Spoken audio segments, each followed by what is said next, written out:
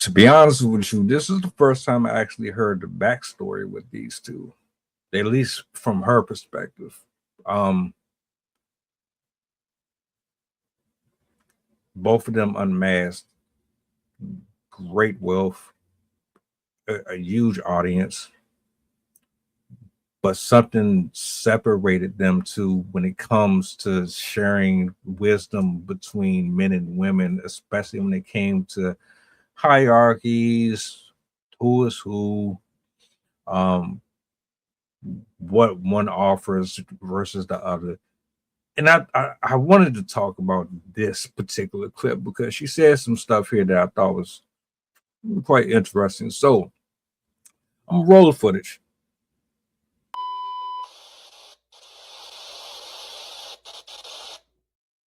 Kevin Samuels until I did an interview with him. I think everybody likes him until that interview. So I talked about this recently in my first podcast episode. So I was on IG. Kevin Samuels was on the YouTube world, didn't know anything about him. And I started on IG like in April 2020. November of that year, he had that clip that went viral, average at best. And, you know, by this time, I'm like 6 months in, I'm hosting my show and I'm hearing all these women and I'm super kind. The way my style is, I ask enough questions that help you get to your own answer. Instead of just telling you you're never going to get it, I'll ask you the questions that might lead to that direction. Mm-hmm. So nevertheless, you know, he was straightforward, like no holds bar. And, you know, his whole average at best started this whole new conversation. Like, what? Average at best? And I was DMing him. I have these DMs to this day. And I was like, I host a dating show. I would love for you to come on. And we were talking in December. He started doing a show on Instagram and he just really took off. Like, I remember when he came to Instagram, I had more Instagram followers and then he just passed me so fast. And, I was in a relationship when I was trying to get him on the show. He became so massive, never worked. We had agreed January 2nd of the following year and didn't happen. So then I was like, I'm just going to go on his show. And so I called his show up and I was I wanted to take the narrative of the man with money because I knew that man and I felt like a lot of women, I was like, y'all don't really want this man. But then it kind of became about me and we could not get on the same page. And the one thing I knew he was good at was hanging up on people. So I was like, I'm going to not be outspoken Kendra because he ended up still hanging up on me. But if you watch me in that interview, I was very composed, very not like my dad was literally mad at me because he's like, you're not even like that. Like you should have went off. You should have cussed out. Like for one, he wasn't married. And I never said that like in the interview, what I knew. And I could have just easily said, but the thing is, see, this is the thing I will say about Kevin Samuels and I'm not married and single men are always bringing that up. I'm like, sir, you're single. And I do still stand on the men who I know are married do not talk like Kevin Samuels. They don't talk because you can't get a wife being like that and just acting like a woman is just be lucky to be on your arm. All right. Here we go. I don't know about nobody else, but the reasons why I listened to him, because I followed him later on after someone put me on to him, and I didn't always agree with everything he said, but a lot of what he spoke on, while it was blunt, it was the truth.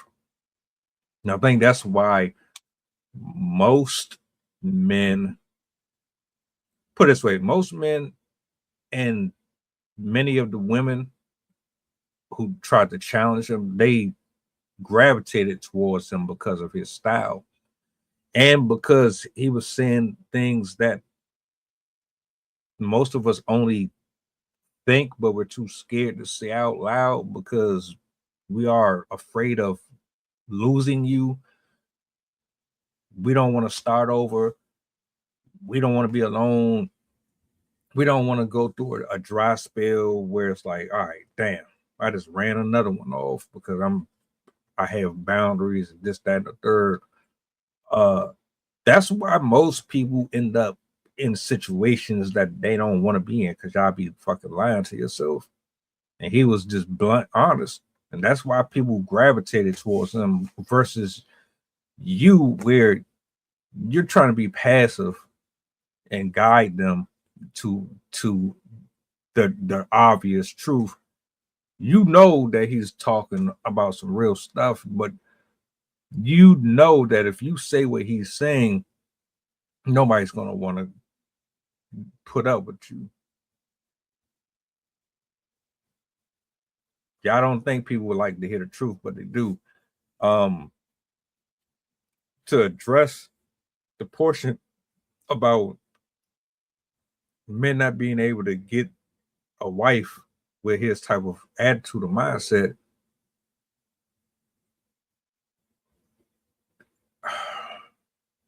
ma'am, people only respect you if you respect you. Would you allow someone to talk to you any type of way or treat you any type of way? You wouldn't. If you want something that's going to be long lasting, there has to be foundation, structure. Either that or you're going to end up miserable and pissed off that you allowed this person to run you ragged the entire time y'all been together, because they get to do what they want and be who they are, but you can't be who you are. Nobody wants to live like that. So if you think that the men are just being aggressive and verbally vicious towards their partners or potential partners, that's not it. And I understand y'all take that shit out of context a lot. What he's basically doing is telling you this is how we move and how we operate. You either with us or you're not. You turned it, or you're interpreting it as if, bitch, you shut the fuck up. And nobody's talking like that. It's just a style. It's just a way that we handle our relationships, friendships that require us to be men.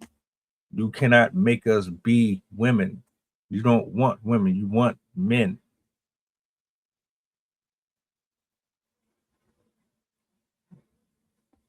But I digress.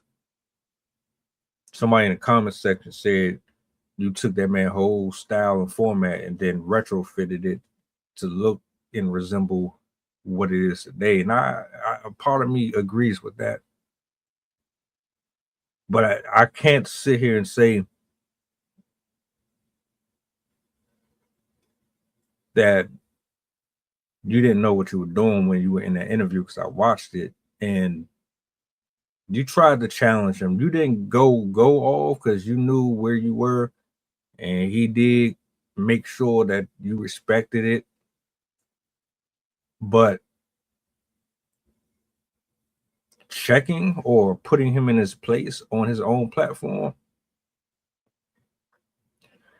y'all could have easily went back and forth without interrupting and being dismissive and all that.